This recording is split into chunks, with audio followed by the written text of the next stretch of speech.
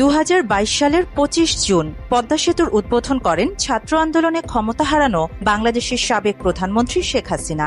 উদ্বোধনের দিনই একটি ভিডিওতে দেখা যায় এক যুবক হাত দিয়ে পদ্মা সেতুর রেলিংয়ের নাট খুলে ফেলেন।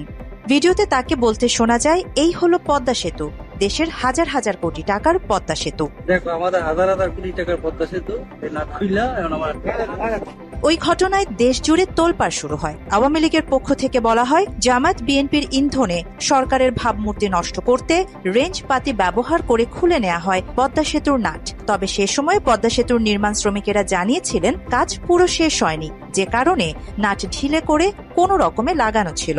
আমাদেরকে বলছে এভাবে থুয়া যেতে, আমরা হালকা টাইট দিয়ে গেছি, আমরা আইসা দেখি যে অনেকগুলা নাট খুলে নিয়ে গেছে। পরবর্তীতে হাত দিয়ে পদ্মা সেতুর নাট খুলে ভিডিও করা বায়েজিদকে শনাক্ত করে পটুয়াখালী থেকে গ্রেপ্তার করে পুলিশ। তার বিরুদ্ধে 1974 সালের বিশেষ ক্ষমতা আইনে মামলা দেয়া হয়েছিল বলে জানা যায়। বিষয়টি সে সময় সারা দেশে ছড়িয়ে পড়েছিল। পদ্মা সেতুর নাট খুলে ভিডিও করা বায়েজিদ বাংলা এডিশনকে জানায়, ওই ঘটনায় তাকে রিমান্ডে নিয়ে অমানসিক নির্যাতন করা হয়েছিল। 7 দিনের রিমান্ডের নামে আমাকে 10 দিনের রিমান্ডে রাখা হয়। কারোর সাথে আমি দেখা করতে পারি না, ফ্যামিলির সাথে, এবং বিভিন্নভাবে হুমকি দুমকি দেওয়া হয়।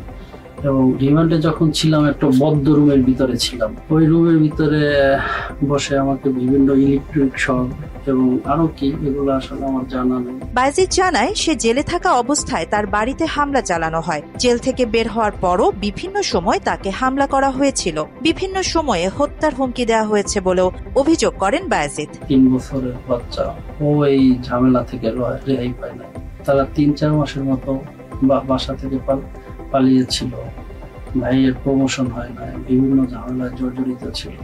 এবং আমি জেল থেকে আসার পরে আমি 4 বারের আক্রমণের শিকার হয়েছি। তো বিভিন্নভাবে হুমকি দুমকি দেওয়া হয়েছে যে তুমি দেশের বাইরে চলে যাও, এদেশে থাকলে তোমাকে মেরে ফেলা হবে। বায়েজিদ দাবি করেন, জনসচেতনতার উদ্দেশ্যে তিনি ওই দিন ভিডিও করেছিলেন, এছাড়া তার কোনো অসৎ উদ্দেশ্য ছিল না। বোকা মানুষ, পাগলও তাই পদ্মা সেতুর নাট খুলতে যাবে না কেন? এখানে আমার লাভ লস কি? তো আমি সচেতনতার জন্য করতে গিয়ে আমি ঝামেলায় পড়ছি। তো আমার মতো যারা আছে আর কেউ যেন এভাবে মানে সত্য বলতে গিয়ে যেন বাধার সম্মুখীন না হয়, এটাই আমার আবেদন থাকবে সবার কাছে। মিথ্যা মামলা করে তাকে ক্ষতিগ্রস্ত করা হয়েছে বলে দাবি করেন বায়েজিদ।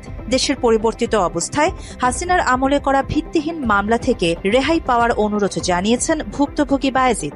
সরকারের সংশ্লিষ্টদের প্রতি এই অনুরোধ জানান তিনি। তো আমি চাই যে আমার মামলা এখনো চলমান, এই মামলা থেকে আমি মুক্তি চাই। এবং অন্তর্বর্তীকালীন সরকার এবং রাষ্ট্রের যারা এখনো গুরুত্বপূর্ণ দায়িত্ব আছে তাদের কাছে আমার একটাই আবেদন যে এই মামলা থেকে আমি সসম্মানে এই মামলা থেকে খালাস পাই। মাত্র 30% টাকায় জমির মালিক হয়ে নতুন বাংলাদেশের গড়ে তোলার স্বপ্ন দেখা বাংলা বসতি। ভিত্তিহীন মামলা ও মিডিয়া ট্রায়ালের মাধ্যমে বায়েজিদ ও তার পরিবার ক্ষতিগ্রস্ত হয়েছে। দুর্নীতি নিয়ে বিতর্ক ঠেকাতে সে সময় তাকে বিচারিক নির্যাতন করা হয়েছিল দাবি বায়েজিদের। আরিবা জাহান, বাংলা এডিশন।